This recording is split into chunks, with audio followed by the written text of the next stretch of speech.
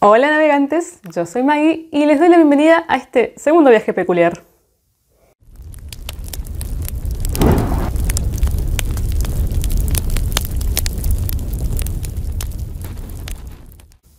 ¿Cómo están? Espero que bien. Me doy cuenta que les ha gustado este viaje raro, así que vamos a hacer otro.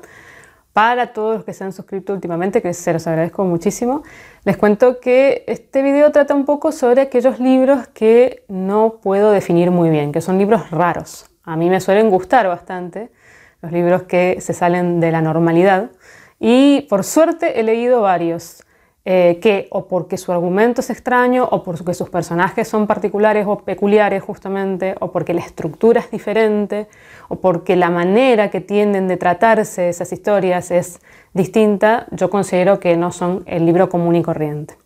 Hay de todo un poco, ya van a ver. Y para advertirles a los que no me conocen y no saben más o menos cómo es mi estilo, yo no suelo hablar mucho sobre la sinopsis de los libros, trato de respetar lo más posible al lector que no conoce estas obras, así que no se asusten que no voy a hablar en profundidad sobre de qué trata, sino qué tiene de particular este libro para que entre dentro de esta categoría y qué es lo que me pareció, por supuesto. Nuestra primera parada va a ser en Italia, porque voy a hablar de Océano Mar, de Alessandro Barico. Os voy a aclarar que no todos los libros que yo incluyo en estos especiales de libros extraños son favoritos o son los libros de mi vida, pero en este caso sí.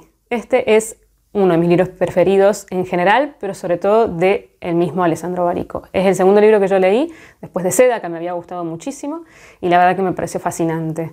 Está muy bien escrito, eso no hay ninguna duda, porque Barico tiene una manera de escribir espectacular, muy lírica, muy poética, pero además es sumamente original. Es un libro raro por donde se lo vea, con un argumento aparentemente sencillo, pero que no está tratado de forma sencilla. Son 7 personajes que aparentemente no tienen ninguna relación entre sí y son muy diferentes y que necesitan tienen una búsqueda interna sobre cuestiones personales, existencialistas, angustias, y que tratan de poder darle un significado, un sentido a esa búsqueda viajando a una posada que también es muy particular y muy rara, que está al lado del mar. El mar es el gran protagonista de esta novela y significa cosas muy distintas para cada uno de los personajes y también es un catalizador de emociones, de búsquedas, de necesidades muy significativo y tratado de una forma muy metafórica, que esto no es ninguna originalidad porque el mar y las metáforas sobre el mar son infinitas, pero lo que tiene de interesante es cuán distinto es ese mar para cada una de esas personas y cuántas cosas diferentes también significa ese mar.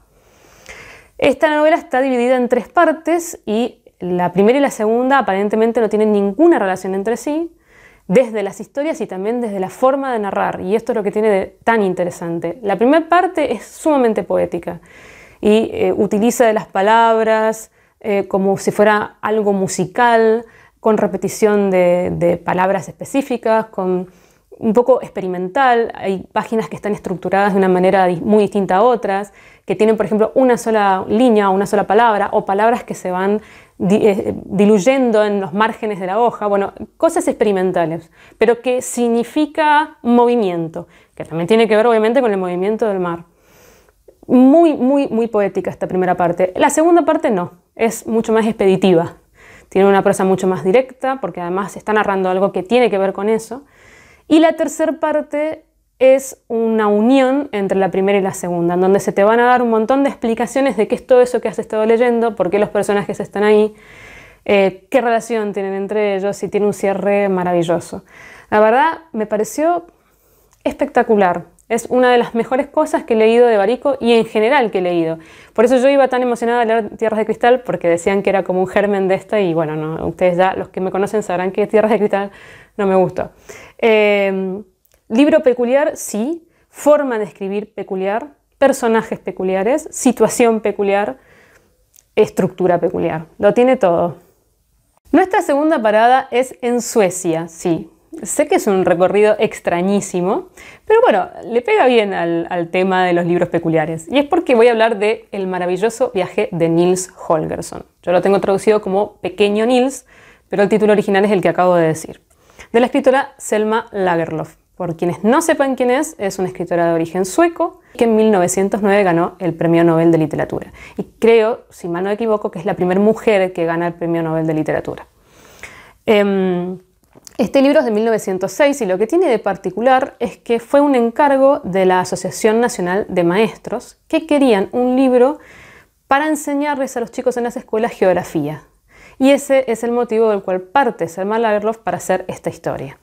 La historia trata de un niño, que es Nils Holgersson, que es un desastre. Es muy travieso, no hace las cosas que tiene que hacer en la casa, molesta a los animales. Bueno, es el típico niño desastroso, preadolescente, al que hay que corregir todo el tiempo. Y tiene la mala idea de burlarse y de ponerse en contra a un duende. Este duende, por supuesto, se enoja y lo convierte al pequeño Nils en duende también, impidiéndole, por supuesto, relacionarse con los seres humanos. Ni siquiera se puede comunicar porque no lo escuchan. Pero los animales sí lo escuchan y lo entienden, y él entiende a los animales por primera vez. Y entonces se da cuenta de cuántas barbaridades ha hecho con los animales y lo que los animales piensan de él. Él tiene un pato, que es un pato casero, blanco, que sueña con convertirse en pato silvestre y migrar y conocer toda Suecia. Pasa una bandada de patos y este pato, con Nils arriba, que se sube a lomos de él, emprende la aventura de la migración porque están entrando en primavera y los patos migran desde el sur hasta el norte. Esa es la excusa para hablar de todo el paisaje y la zona geográfica sueca. Pero no solamente habla del paisaje y de las cosas que él avisora desde arriba, además porque es muy bonito como lo describe, sino que también habla de cultura sueca, de cómo es que llegaron los primeros pioneros, de lugares que son emblemáticos, de castillos que fueron importantes y por qué es que están ahí, y también mucho sobre la naturaleza y sobre las costumbres dentro de la naturaleza, cómo vivir de la naturaleza, cómo viven los animales. Es precioso, es un libro realmente hermoso. Y está enmarcado dentro de la fantasía porque tiene muchísima magia. Todas las historias que vive, las aventuras que vive Nils Holgersson tienen un marco mágico. Pero al mismo tiempo es una magia de corte realista, porque aprovecha de enmarcarlo en un género que para los chicos es más llamativo para hablar de cosas que realmente son totalmente verdaderas. Por otro lado, está enmarcado dentro de lo que es la literatura infanto-juvenil, que yo lo tomaría con pinzas, porque yo esto lo leí cuando era chica, a los 10 años, y me gustó hasta ahí nomás. Algunas aventuras me parecieron muy lindas y otras me parecieron aburridas, y el tipo de escritura es una escritura lenta, muy de la época. Ahora lo releí hace muy poco y me encantó, pero sobre todo porque hice la experiencia de ir leyendo y viendo en el mapa el recorrido que ella propone. Y también viendo los lugares físicos de los cuales ella habla, que existen por supuesto el día de hoy, incluido castillos, casas, etc. Entonces me imprimí unas imágenes que fueron acompañando capítulos en donde, espero que se ven estos lugares que ella describe y es impresionante lo bien descritos que están. Este, por ejemplo, es la descripción de cómo ve Nils Holgersson desde el pato todos los cuadrados de sembradíos y cómo se ven de color dorado por la época en la que pasa por ahí.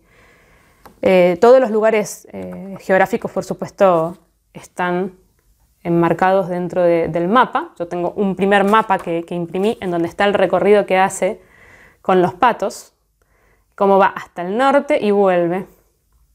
Y me encantó. Fue una experiencia preciosa. Realmente lo pasé muy bien, me divertí un montón y las historias realmente son muy lindas. Y sí es verdad que tienen una lentitud en su prosa y que hay momentos en que uno dice ¿cuándo van a llegar al norte? Porque está muy largo recorrido del libro en el sur.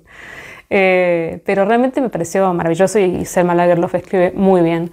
Así que este libro entra dentro de lo que es peculiar por la peculiaridad en cuanto al encargo y cómo ella le da la vuelta y lo convierte en una obra que se puede leer más allá de que se enseñe o no geografía a través de ella.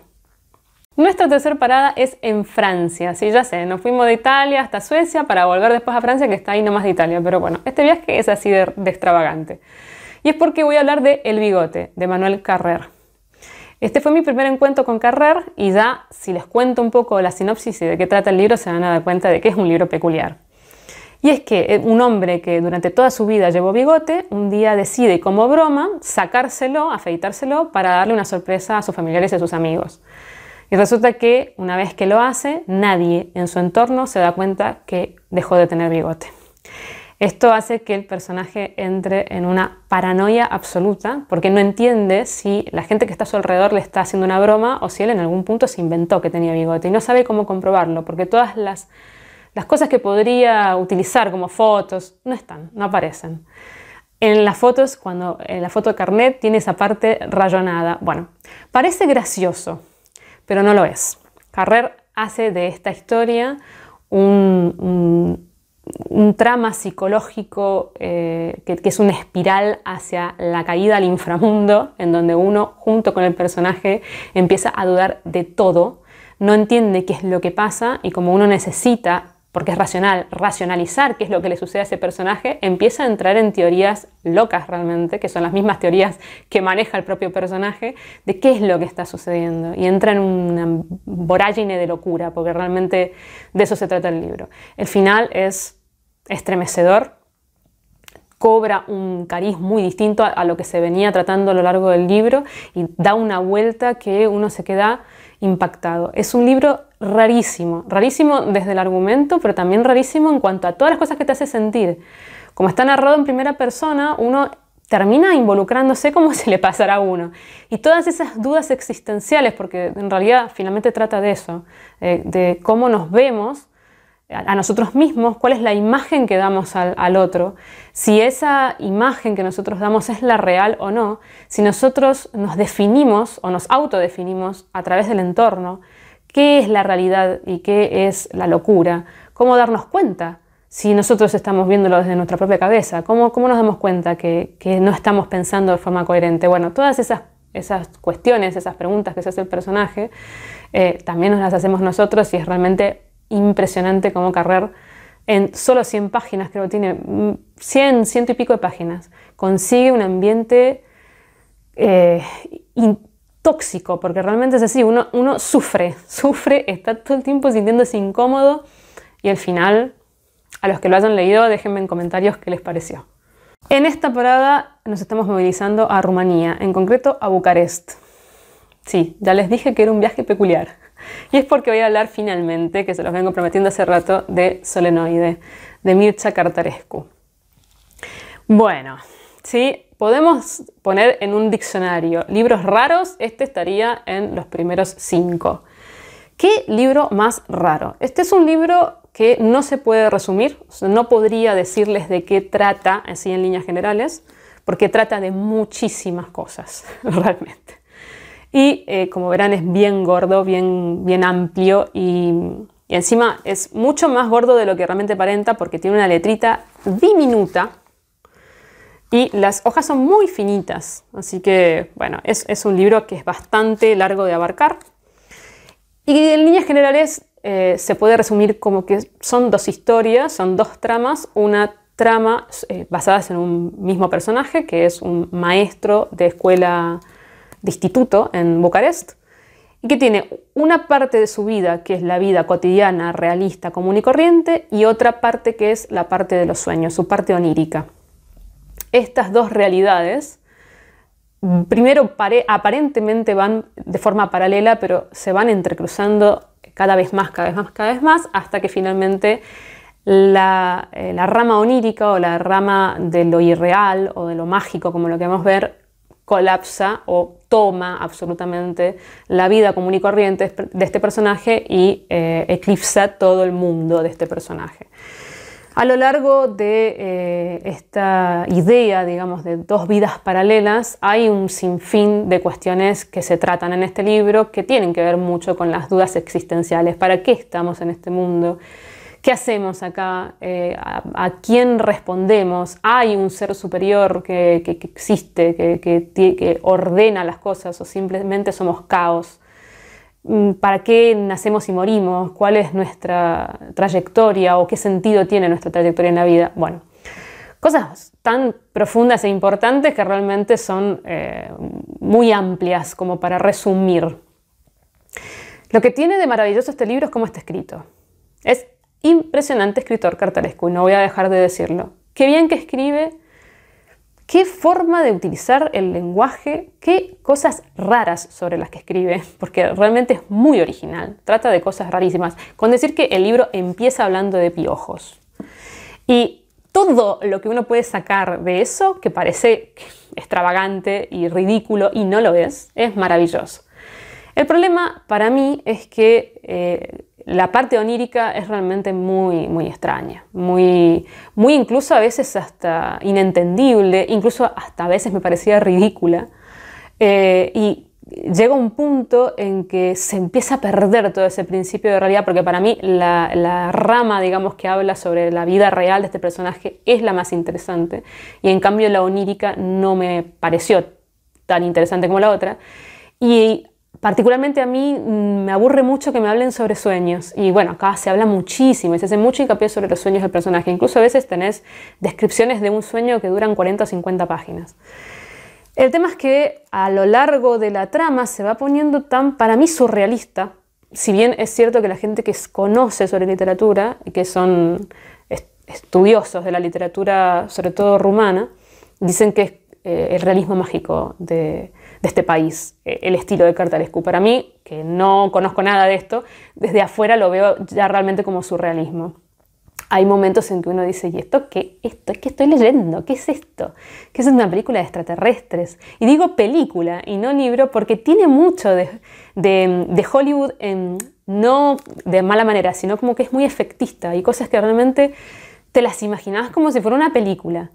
Y son rarísimas, realmente. O sea, hay momentos en que es delirio. Es como si estuviera hablando sobre el delirio o estuviera escribiendo desde el delirio. No entendés a dónde apunta con todo eso. Y por otro lado, me parece que lo que pasa con este libro es que es demasiado, o sea, habla de demasiadas cosas. Y la gente que ha leído a Cartarescu dicen que es como una novela total, en el sentido de que todas las cosas que preocupan a Cartarescu como persona y que las va volcando en sus libros, están acá todas juntas. Entonces creo que no es una buena manera empezar por esto, que es lo que me pasó a mí.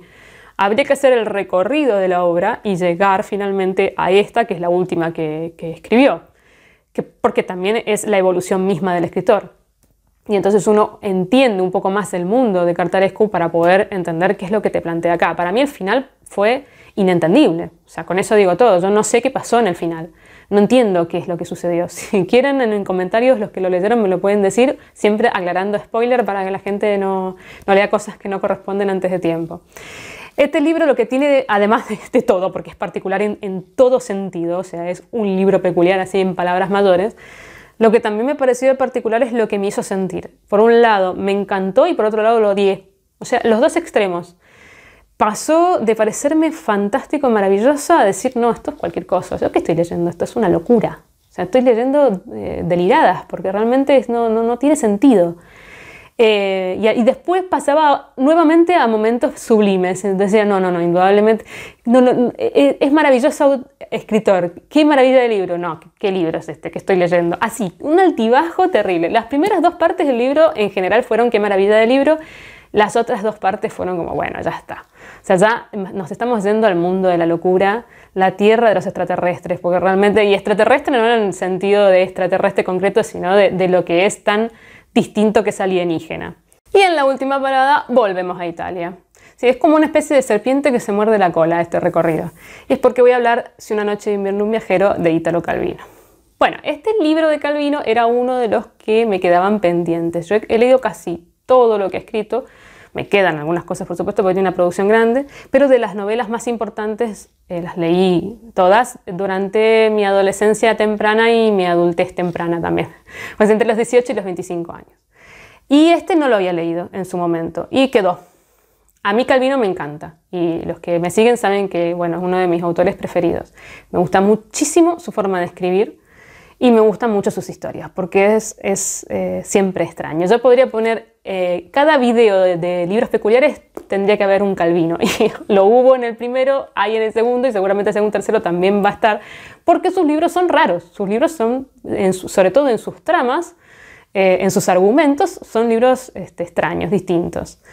Y está ahí para mí codeándose con el realismo mágico. Yo utilizo la palabra realismo mágico, pero no sé si la estoy usando bien porque no soy experta, así que por favor esto tómenlo con pinzas. Pero bueno, son situaciones en donde la realidad y la magia se mezclan, pero no es que es fantasía, sino que se toma como algo normal, común y corriente de la vida, aunque sea mágico. Esto pasa con el varón rampante, con el conde de Mediado, que no sé cómo es que se tradujo, las dos mitades del vizconde creo que se tradujo, también con las cosmicómicas, con el caballero inexistente, bueno. En este caso, este libro también es sumamente extraño, es un homenaje a los lectores y el argumento es un lector con el cual te vas a identificar, además está narrado en segunda persona, que va a una librería a comprar la última novela de Italo Calvino, Si una noche de invierno, un viajero. Se lleva la novela, comienza a leer el primer capítulo, cuando va a pasar al segundo capítulo resulta que la novela está mal editada y no sigue. Hay páginas que se repiten. Indignado vuelve a la librería a que le den un ejemplar como corresponde. Le dan un ejemplar, pero cuando va a leer el segundo capítulo no es esa novela, es otra. Bueno, esto que le pasa al personaje y le va a volver a pasar muchas veces, ocurre 10 veces a lo largo del libro. Son 10 comienzos de distintas novelas que te dejan en la nada. Es el comienzo y lo que sigue te lo tenés que imaginar. Esa frustración constante de no poder seguir leyendo algo que te parece interesante. Lo que tiene de genial, porque realmente lo es que cada una de esas historias es totalmente diferente en estilo y en género. Ejemplos de inicios policiales, de ciencia ficción, de fantasía, de estilo oriental, un homenaje clarísimo a Pedro Páramo para mí, o sea, a la literatura latinoamericana. Bueno, cada uno de los relatos, podríamos decirle, son absolutamente distintos, originales, únicos e interesantes, por lo menos para mí. Sí, a mí me gustaron y me interesaron todos, hubiera querido leer las 10 novelas. Me dejó con la intriga en los 10 casos. Al mismo tiempo hay una trama, que es la del lector, que es la que unifica todo esto, que es las pobres cuitas de esta pobre persona que nunca puede encontrar el libro original. Y ya después, ya no quiere el libro original, quiere alguno, quiere poder terminar algo. Y en ese caso, digamos, en la narración sobre el lector, es un homenaje absoluto a los lectores, a lo que nos pasa con la literatura, a los gustos, sobre ciertas... no solamente sobre ciertos libros o ciertos autores, sino también sobre ciertos lugares de la casa donde nos gusta leer más o menos, manías. Bueno, es fantástico, porque realmente todo lo que te dice me sentí identificada en absolutamente todo. Y también habla mucho del mundo editorial y del escritor. ¿Qué le pasa al escritor cuando se tiene que enfrentar a una obra nueva, a ser original, a ser distinto, a que si llegaste a un momento de tu fama, cómo hacer para mantenerla? ¿Qué siente el escritor frente al papel o frente a sus propias historias, frente a los lectores? Y por otro lado, el mundo de las editoriales con cómo comercian con eso, las cosas medio oscuras que puede haber dentro del mundo editorial, las trampas, aquellos que escriben como si fueran el escritor, pero firma el escritor. Bueno, un montón de cosas. Son las 3 patas, digamos, de los libros, que son los lectores, los escritores y las editoriales. Y es muy interesante todo lo que habla, siempre con ese humor irónico, sarcástico, con un montón de crítica velada de fondo y al mismo tiempo un amor por los libros que se nota y también por la escritura, indudablemente. Fantástico. Qué buen libro, me encantó, va a estar obviamente en el Wrap Up porque lo leí hace nada, en noviembre, es el Wrap Up de noviembre, sí, no sé en qué momento vivo, disculpen. Así que bueno, voy a hacer referencia a este video para que vengan a verlo y me parece que vale muchísimo la pena. Lo otro que tiene de muy lindo es que la última historia tiene un cierre magnífico porque uno se va preguntando a lo largo del desarrollo del libro ¿cómo va a ser para terminar semejante caos? Porque realmente llega un punto en que las historias son caóticas, sobre todo la del hilo conductor. Y lo hace perfecto, lo hace maravillosamente bien. Y la última historia es como realmente la serpiente que muerde la cola, por eso nada acá es casualidad, el viaje ha sido de esa forma también, porque esa última historia se puede enlazar con la primera y se empieza nuevamente la cadena, el círculo. Espectacular. Bueno, hasta acá llegamos con este segundo viaje por lo extraño, por el mundo de lo raro. Espero que les haya gustado, espero que hayan disfrutado con las lecturas que presenté, que me comenten si han leído, por supuesto siempre les pido lo mismo, que me comenten, es lo más lindo de todo. Y por supuesto que me recomienden lecturas que para ustedes sean peculiares por algún motivo en particular, me pueden decir por qué. O si no, simplemente me recomiendan el libro. Yo siempre anoto lo que me recomiendan y de a poco voy leyendo esas recomendaciones. No lo hago a veces rápido porque, bueno, a veces no se consigue el libro o estoy leyendo otras cosas, pero los tengo en cuenta, eso se los aseguro. Y cuando lea algún libro que me hayan recomendado, lo voy a dejar en el comentario, voy a hablar sobre ustedes y por supuesto se los voy a agradecer. Sea que el libro me guste o no, porque lo que importa es la intención de ustedes de compartir algo conmigo, no si después a mí me gusta, no me gusta, si coincido o no, eso es lo de menos. Lo importante es compartir. Muchísimas gracias y nos estamos viendo en el próximo video.